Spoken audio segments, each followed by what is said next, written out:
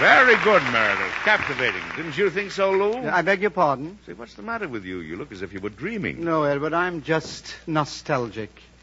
Just nostalgic, Edward. Well, why don't you take a bicarbonate? No, dear boy. You're a little late, but it's all right. No, Edward, I'm just homesick. Lou, don't tell me that you want to go back to New York already. Yes, Edward. You know, at this season of the year, the oriole has an itch to fly southward. The red salmon has an itch to return to its spawning grounds, and the ring-tailed monkey has an itch. What about you? I beg your pardon.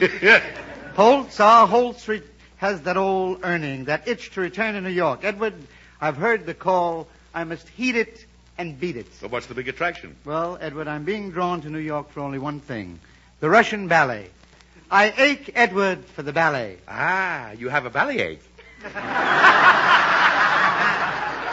Oh, you're putting in extra lines, eh, Edward? Not satisfied with your part, eh, old boy? No, I really love the ballet. I was there last year. Last year I saw the Russian ballet. Ed, it was the most amazing thing I've ever seen in my life. They have 400 girls, 400 girls on their toes, out in the woods, all dressed very young. Then they have the head girl. Her name is Premiere. Her last name is Dansuzi. Premiere Dansuzi, that's her full name. She comes out. She's dressed 45 degrees younger than spring. She comes out, Eddie, running. Did you ever notice those girls? They're always running. There's nobody running after her. Then out comes the head man. She stands in the stage, you see, in the stage. She's hiding behind nothing. Then out comes the head man. His name is Odagio. Sam Odagio. Sam Odagio. All he's got on is a stale leopard. A stale leopard and a big, huge, crooked stick. I believe he's a hostess to sheep. He comes out, Ed. He's looking for the girl. She's standing in the middle of the stage, as I told you. Hiding. He looks all over for her. He looks in the balcony. He looks in the gallery. He looks in the orchestra. He looks every place but where she's standing. Because if he sees her, the show's over.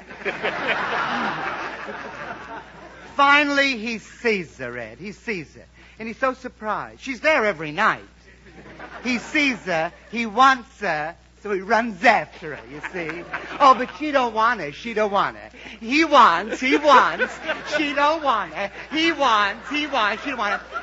He started chasing that poor girl at 9:05. I left at 11:15. I don't know how he made out.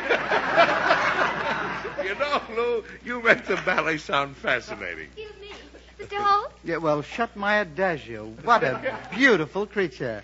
Are you Mr. Holt? The very same. What's on your mind, you beautiful dog? Oh, Mr. Holt, I've heard about you. No, you haven't. Mm-hmm. Really? Mm-hmm. You little minx, you. You minxy. And what brings you here? I'm from your hotel. I have a cablegram for you. The manager thought it might be urgent. A cable, eh? Well, thank you very much. I suppose it would be out of place for me to offer you a gratuity.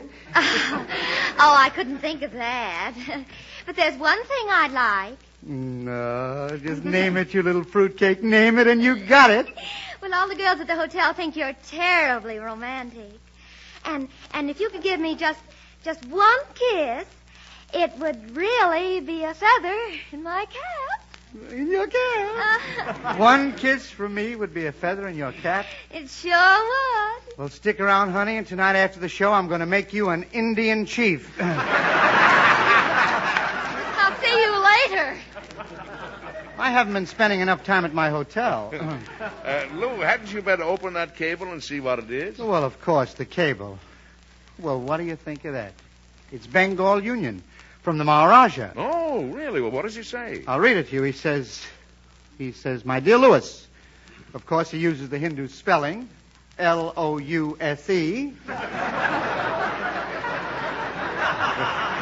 And that's Hindu? Yeah, that's the Swahili dialect. Oh.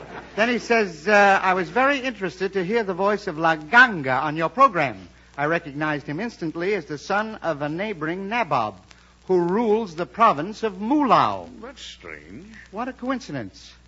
Oh, Lally, he knows your pop. Lal, would you come here? Iglanda si te dando trossa fi. Ha, ebo si traho, grande si. Buona mojado lo tendro. Ah. Well, ask him if it's true, Lou, about his father being prince in India. Lal. Prodesi your fadero, prinsala chide, ha, budesta? Modaro kurnasi, li patru de cada drone, li malampam pudre. Oh, pudre. What did he say? Well, he says it's not really true that his father was a nabob. His folks are in the iron and steel business. Iron and steel? Hadu le masiran, mudra kama modris la ganga gigamvet. Oh, he says his mother irons and his father steals.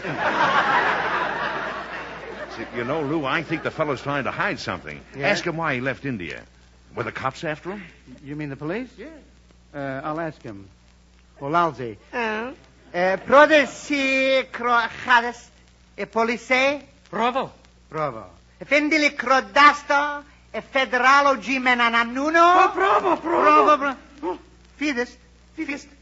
Scotland Yardo prezada? Bravo, no. Sherlock Holmes a terraposte deve se de deve? No, bravo. Oh, he denies it, huh? I haven't asked him yet. I'll ask him now. Quando si be the Pode-se decra. Vulgar dolçala, morino conde de fisa, la potresida cooking with gas. Oh, yeah. I see. He says he left India on account of a misunderstanding with the law. Well, what was it? Prodesi misunderstandade. Mura carosole. Limbo trozi vese, laro pula nasia, faifiucho. What does he say? Well, Ed, he says he was arrested for stealing a watch. He claims he was innocent, and besides, he had the best lawyer in India to defend him. Did they convict him? Prodesi convictalo. Moraro condiso, lo forina casa le petit. La casa le petit. I see. He says that they would have acquitted him, except for one weak point in his defense. And what was that? They found the watch in his pocket. Get out of here, you dog. Get back to the orchestra.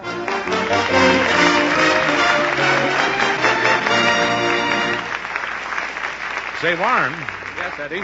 Warren, you're a clever fellow with words. I wish you'd tell our audience the meaning of that wonderful fragrance that fills the air right now, huh? Well, friends, the fragrance Eddie is talking about is rich and inviting.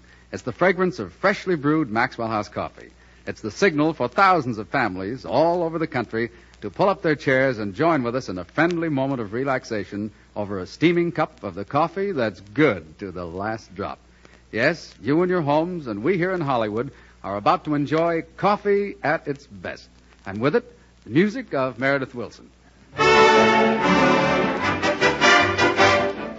We return in just a moment when you will hear Walter Huston, Fanny Brice's Baby Snooks with Hanley Stafford, and Lou Holtz singing his famous O Sole Mio, Connie Boswell, Frank Travis, and Meredith Wilson's music. In the meantime, we pause briefly for station identification.